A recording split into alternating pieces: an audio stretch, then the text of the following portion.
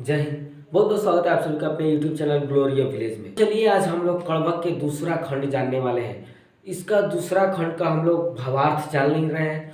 उसके बाद मैं बताऊंगा कि मैं कब 10वीं क्लास का बैच लॉन्च करने वाला हूँ। 10वीं क्लास के जितने भी 8 सब्जेक्ट है वो सब पढ़ाया जाएगा। मैथ साइंस छोड़ के बाकी सब कुछ यहाँ पे पढ़ाया जाएगा।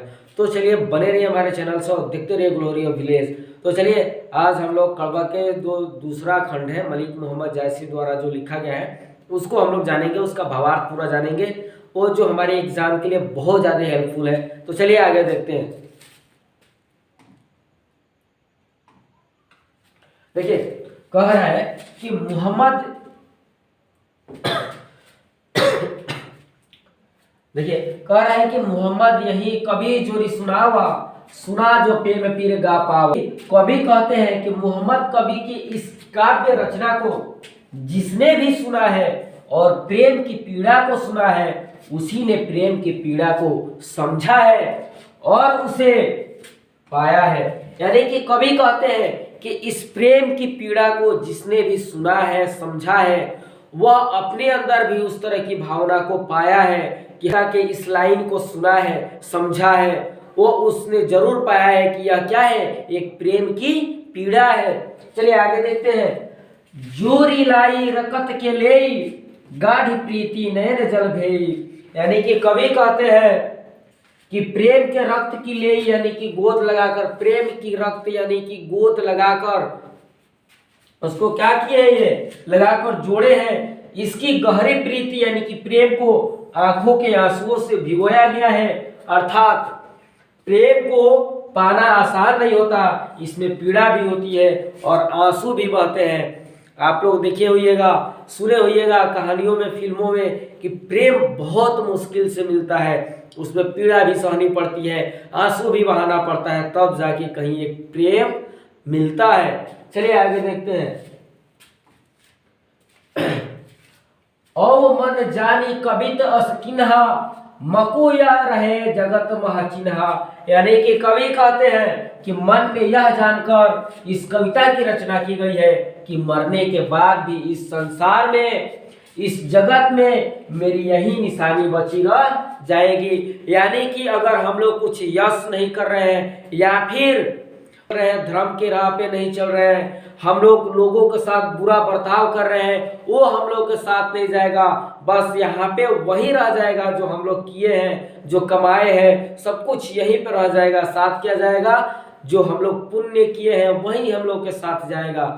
तो बच्चों ध्यान में रखो कि हम लोग को वैसे कर्म करना है, यानी कि वैसी कृतियां करके जानी है कि इतिहास हमें याद रखे, इतिहास के पन्नों में हम छप जाएं। देखिए अगर ये इस रचना को नहीं लिखे होते तो आज हम लोग मलिक मोहम्मद जायसी जी को नहीं जानते।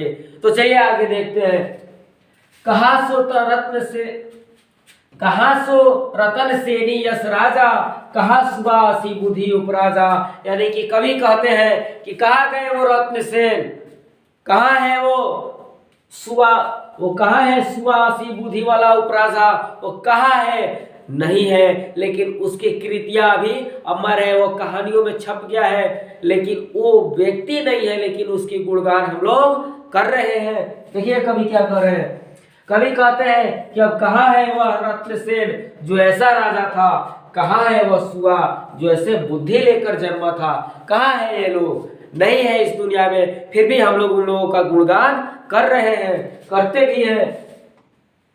चलिए आगे देखते हैं। कहाँ अलाउद्दीन सुल्तानू, कहाँ राघव जय की न बखानू।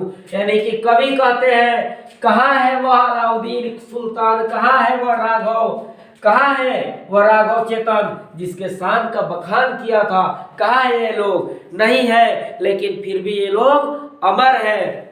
चलिए आगे देखते हैं। कहाँ स्वरूप पद्मावती रानी, कोई न रहा जग रही कहानी। यानी कि कहाँ है वो विश्व सुंदरी पद्मावती, नहीं है, लेकिन उसकी कहानी है, वो अमर है, कहानी के माध्यम से वो अमर है, ऐसी कृति करके गई है वो। कवि कहते हैं कहाँ है वह सुंदरी रानी पद्मावती, यहाँ अब कोई नहीं है, इस संसार में उसकी कृतियों के रूप में मात्र उनकी कहानियां बची हुई है। चलिए आगे देखते हैं। धनी सो पुरुष जस कीर्ति जासु, फूल मराए पर मराए न बासु। यानी कि कवि कहते हैं पुरखों की आवाज, उनकी यश, उनकी कृतियां ही रह जाती है। यानी कि जो भी हमारे पूर्वज है उनकी यश, उनकी कृतियां ही रह गई है, यहाँ पे वो नहीं है। लेकिन वो अगर अच्छा कर्म करके गए हैं तो हम लोग उन्हें जरूर याद करते हैं। हम उन्हें उनकी कृतियों से ही जानते हैं। जैसे फूल झड़कर नष्ट हो जाते हैं पर उसकी सुगंध कभी नहीं नष्ट होती है। यानी कि आप लोग तो समझ गए होंगे कि फूल भले ही नष्ट हो जाता है लेकिन उसकी सुगंध नष्ट नहीं होती है। चलिए, केई न जगत जस बेचा, केई न लिन्हा जस मोल, जो यह पढ़ कहानी हम संवरे दुई बोल। यानी कि कवि कहते हैं किसी ने संसार में अपने यश को नहीं बेचा है, किसी ने अपने यश का मोल नहीं लिया है। जिसने भी इस कहानी को पढ़ा है उसी ने दो बोल हमसे बोले हैं। यानी कि कवि कहते हैं कि यश को बेचा नहीं जा सकता है, उसका मोल नहीं लगाया जा सकता है, लेकिन हाँ, जिसने इस कहानी को पढ़ा है उसने दो बोल जरूर लगाया है। यानी कि इनके बारे में दो शब्द जरूर बोला है। तो कैसा लगा है यह वीडियो आपको जरूर कमेंट सेक्शन में लिख के बताइएगा। और हाँ, अगर आप लोगों को अच्छा लगा है तो लाइक कीजिए, शेयर कीजिए उन बच्चों के पास, बच्चों को आवश्यकता है वैसे टीचर की जो सब कुछ फ्री में दे रहा हो। यहाँ पे फ्री में बट रहा है, अरे यार बांट लो, जितना बांटना है सब फ्री में है। तो चलिए मिलते हैं अगले वीडियो में, तब तक के लिए जय हिंद।